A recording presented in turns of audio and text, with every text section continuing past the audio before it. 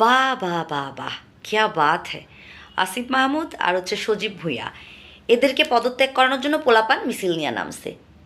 এই দিন যে এত তাড়াতাড়ি দেখতে হবে এইটা ভাবি নাই, এটা একদমই আনএক্সপেক্টেড ছিল। কয়দিন পরে কেন না ওই হাসনাত আবদুল্লাহ, নাহিদ ওগরেও পদত্যাগ করানোর জন্য পোলাপান মাঠে নেমে পড়বে। সেই দিন তো ঘনায় আসছে।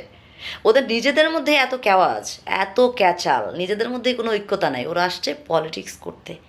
আর এই যে আওয়ামী লীগ নিয়ে এত মাথা ব্যথা ওদের, দেখেন তাদের মধ্যে কি ঝামেলা নাই? এরকম অনেকেই আছে যে আওয়ামী লীগ করে কিন্তু তাদের নিজেদের মধ্যে অনেক গ্যাঞ্জাম আছে, কিন্তু দলের ব্যাপারে তারা একদম একজোট, ঐক্য। এই জন্যই তো এত বিশাল দল। চাইলেই কি আওয়ামী লীগকে ভেঙে ফেলা যাবে? যতই নিজেদের মধ্যে কেওয়াজ থাকুক, দল কিন্তু একটাই।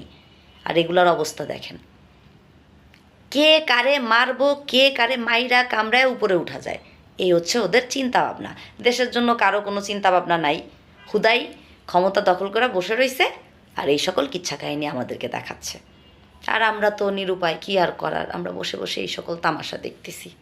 এই তামাশা কবে যে শেষ হবে উপরওয়ালাই জানে। বেশি বেশি উপরওয়ালারে ডাকেন, দোয়া করেন যাতে বাংলাদেশটা ঠিকঠাক হয়ে যায়। Thank you.